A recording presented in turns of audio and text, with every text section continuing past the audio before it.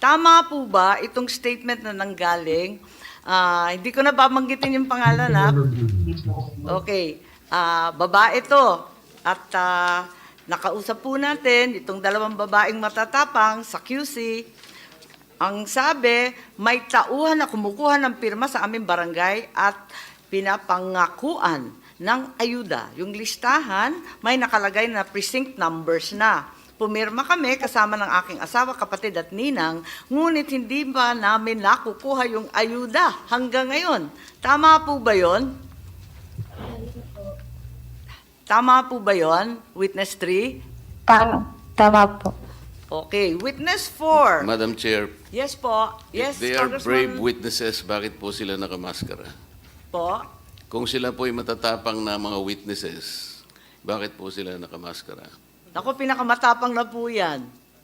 At yung Sila- iba talaga ayaw pumunta. Bakit po sila nakamaskara? Ang alam ko po sa matatapang na witnesses, talagang haharapin po nila lahat ng consequences. Tama. Thank you. Pwede ninyong sagutin, ba't kayo nakamaskara? Ba't kayo nagkukuble?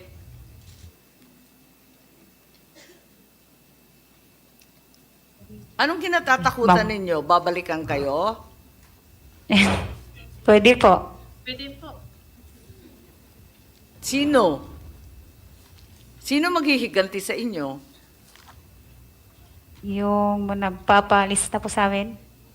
Yung mga nagpapasign. Sino po yung nagpapasign? Ang sabi ninyo, may mga tauhan. Opisyal ba yun? Hindi po. Taga-barangay? Hindi po. Parang napag-utusan lang. Napag-utusan lang. Eto naman, may isa pang testigo tayo mula rin sa Quezon City. Ang sabi ganito, naganap po yung pagpirma ng mga pangalan noong linggo ng Enero po, sir. Yung listahan ginamit nila, may nakalagay ng mga presinto sa aking nahango sa COMELEC. Sa aming barangay, may nangangalap po ng pirma. Kaso, hindi ko maintindihan kasi English ang gamit na wika. Taga-QC rin po ang nagsabi nito, hindi rin namin inexplain nung naglilibot ano ang laman ng form. Ang sabi, basta pumirma kayo, may ayuda kayo.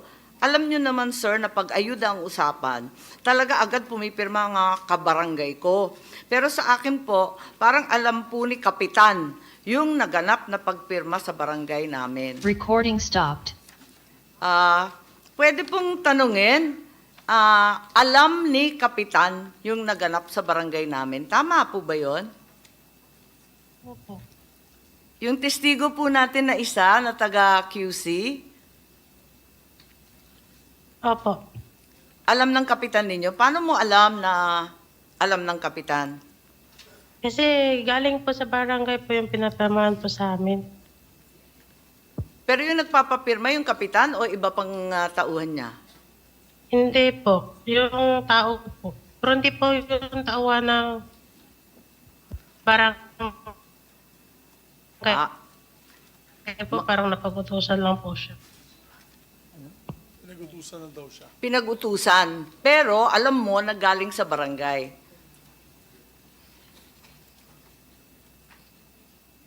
Kaya ka ba natatakot? Kasi galing sa barangay.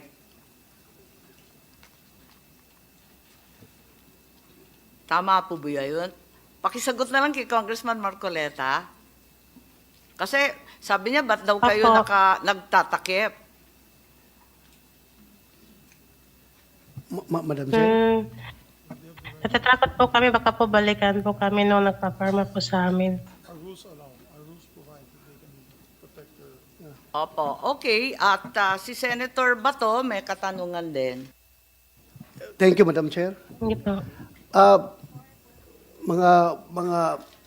Mga witness, si Senator Bato ito. Opo. Ah, Sige po. ako, magbigay ako sa inyo ng assurance, nakausapin ko yung PNP. Just in case takot kayo na may mangyari sa inyong masama. Wala pong mangyari sa inyo. Ipapasecure ko kayo ng Philippine National Police. Baka pwedeng okay lang sa inyo kung pakita yung mukha nyo. Pero kung ayaw nyo, walang problema. Pero ako, kung takot kayo sa seguridad ninyo, na baka balikan kayo sa mga politiko na nasa likuran nitong People's Initiative, I can guarantee you, I can talk to the PNP na bigyan kayo ng security. Anyway, yun lang sa akin. Gusto ko lang ipaalam sa kanila na huwag kayong matakot, andyan yung ating pulis. Yun lang, Mr. Chair. Madam Chair, thank you. Ano po, Madam ganito Chair. na lang po. Okay, naintindihan namin kayo. Alam namin yan. Di ba apat kayo, may karagdagan pa ba yung ating dalawa pang hindi umiimik pa? Tungkol dito sa mga signatures at yung kaba ninyo na matatanggal kayo sa listahan ng ayuda kapag hindi kayo sumang-ayon. Meron ba kayong maidadagdag? Ba't kayo takot na hanggang ngayon di kayo nagpapakita ng mukha eh? Then, Madam Chair, may I? SP Subiri, please. Maraming salamat, Madam Chair. Magandang umaga sa inyo lahat. Our rules allow na protection sa ating mga witnesses na hindi naman kailangan nila ilantad kaagad ang kanilang identity because we have whistleblowers. No? Marami po tayong hearings na nasagawa from the Blue Ribbon Committee to the hearing of Senator Bato when they're talking about mga kulto. Talagang nagtatago sila ng identity. For the mere fact na baka naman po ang hahabol sa kanila ay politiko din. Dahil ay in-establish natin dito ay mga politiko ang nagtutulak nito. Kaya politicians initiative, ika nga sabi ng ibang mga kasama natin. So, sa aking pananaw, wala pong violation kung sila po ay nagtatago lang ng mukha nila dahil naka-livestream po to sa buong bansa, ayaw din nilang ma-expose ang kanilang sarili. I think we have to give them that right. And we've been practicing that here in the Senate. Of course, when they give their testimony for legal purposes, lalabas talaga yung mga pangalan at identity nila. But for this, in all intents and purposes, if we want to find out the truth and ferret the truth na hindi po sila matatakot, we should protect their identity at this point in time. Our rules allow it. I do not know the rules of the House of Representatives, but the rules of the Senate allow that their identities may be protected until, of course, the actual factual certification or subpoena and rather affidavits will be issued for our courts, no, for the cases to be filed.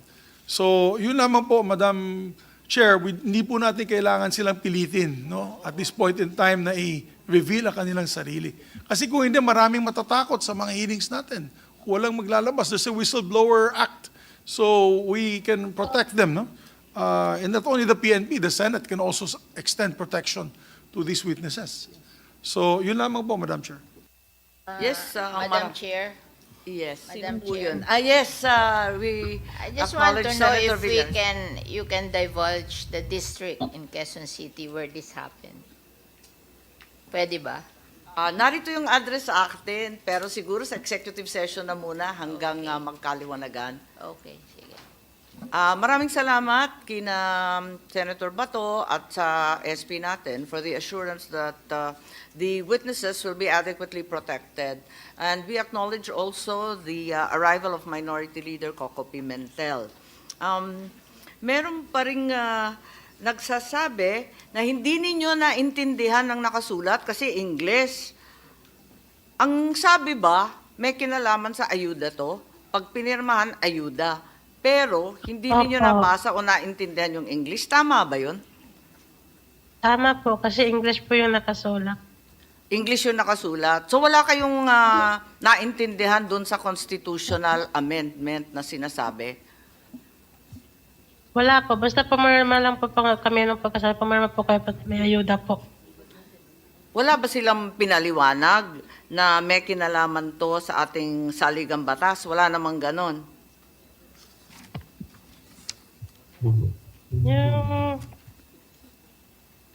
May sinabi ba? Yung paliwanag po sa amin, ano po? May Yung Pero hindi- petition daw po. Ano? Petition po. Kaso di ko po maintindihan eh. Kasi mabilis po yung pagpapaliwanag po nun. Mabilisan lang yung pagpapaliwanag. Anong kinalaman ng ayuda doon? Ano daw sabi? Hindi ko po alam eh. Kasi basta pagka-perma po namin, may present number po, tapos ayuda daw po eh. Binigyan ba kayo ng pera pagkatapos? Wala po. Pero may pangako? Pangako lang po, abot po sa ayuda, pero di po namin alam po kung ano pong ayuda. Nagbigay na ba ng pera mula noon? Wala po. So, Wala nag-iintay pa rin kayo? Opo. Nako, baka na 1, 2, 3 po tayo. Saan daw yung pera manggagaling? Sa syudad, sa congressman, saan daw? Wala po siyang sinabi kung saan pa manggagaling, tsaka wala po sinabi sa amin kung pera po eh. Basta baka may ayuda daw po. Or din niya po alam kung saan po. Nung narinig ninyo yung ayuda, sige na lang. Opo. Siyempre, sa hirap ng buhay. Okay po. At maraming salamat sa inyo. Kung may maidadagdag pa kayo, pwede namang gumawa ng sinumpaan salaysay. Pero sa ngayon, I would like to call on another witness who's actually here in person. I believe in the hall right now. Madam Chair, Yes, please. abang tinatawag natin, Madam Chair, can I inquire something? Yes, please proceed. Yes. May I know from the chair if Attorney Anthony Abad was invited? And is he Yes. around? Is he Yes. around? He Nag-regret. was invited, but yes, regrets. Yung pangalan niya is very, very visible doon sa form, yung petition form na pinapakita nila. So, can we insist on inviting him? O Yes. kung ayaw niya mag-attend, ipasampina natin, Madam Chair? Yes, I think we'll have to consider that. But like you said, Senator Bato, his name is very prominently displayed Yes. on the form. He is the face of this brouhaha. So he should present himself.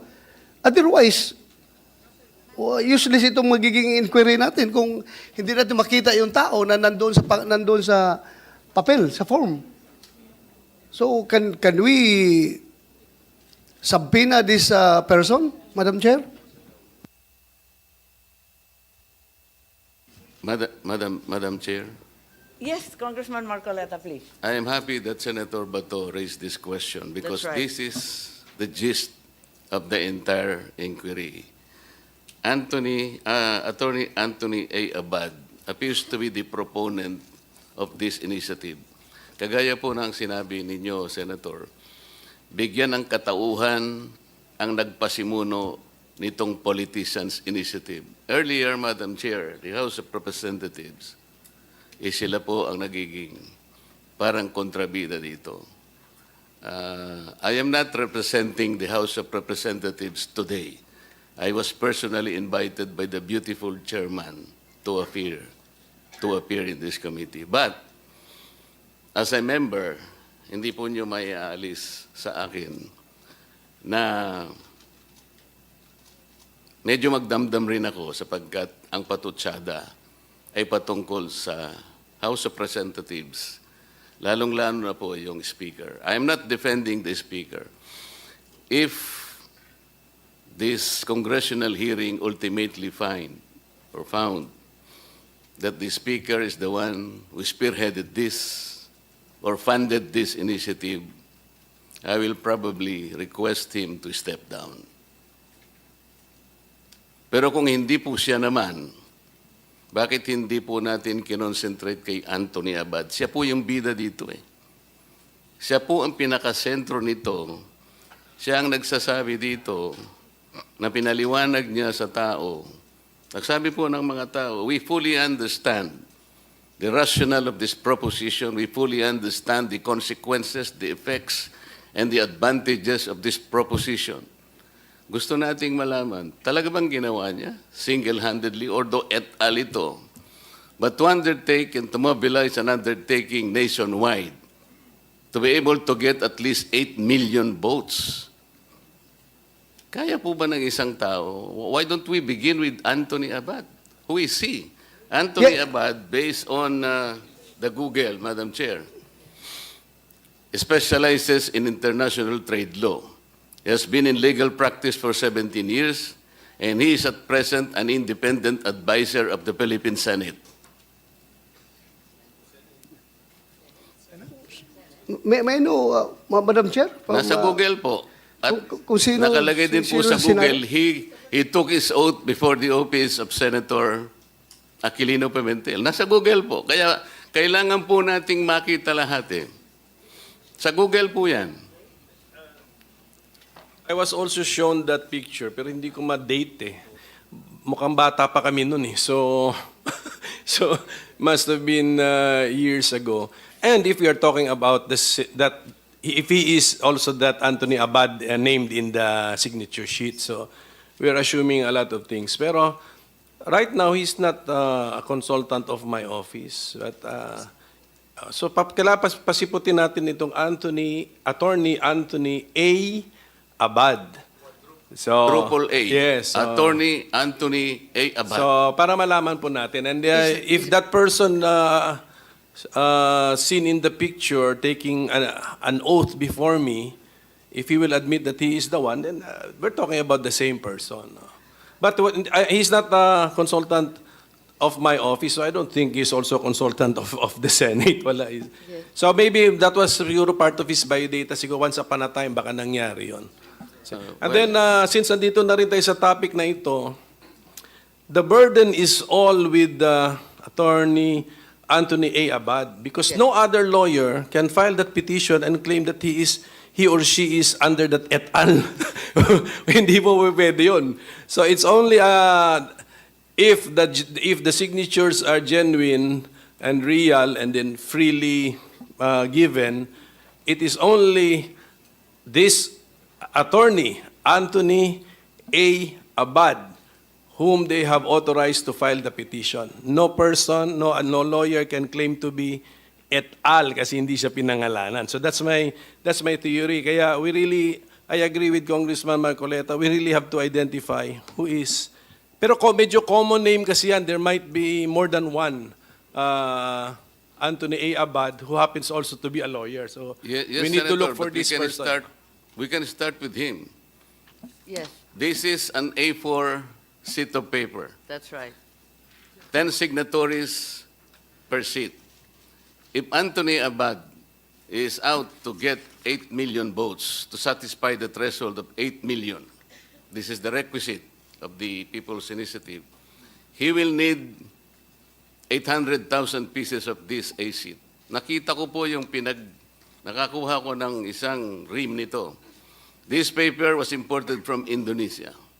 This is 70 GSM. I want to ask Anthony Abad, kinuwenta ko po kung magkano siguro about 1,500 something reams. $500,000 pesos, ito pala mong papel. Ipiprint mo ito, palagay mo na lang ₱2. 800,000 seats, that 1.6 million plus 500, that's about 2 million. Saan niya kinuha ni Anthony? Maybe we can ask questions directly from this guy. Hindi yung mga nakatakip ang mukha. They're so brave enough not to be able to expose their faces in the public. I'm sorry, Mr. Senate President, but I read your rules of evidence. If the substantive rights of people affected in this hearing, they should also be protected. How can we, for example, confront the accusers if they are all masked? Hindi po ganito. I am not defending the Speaker of the House of Representatives. I will repeat this. If this investigation will find out na siya po ang nagpondo, I will politely ask him to step down.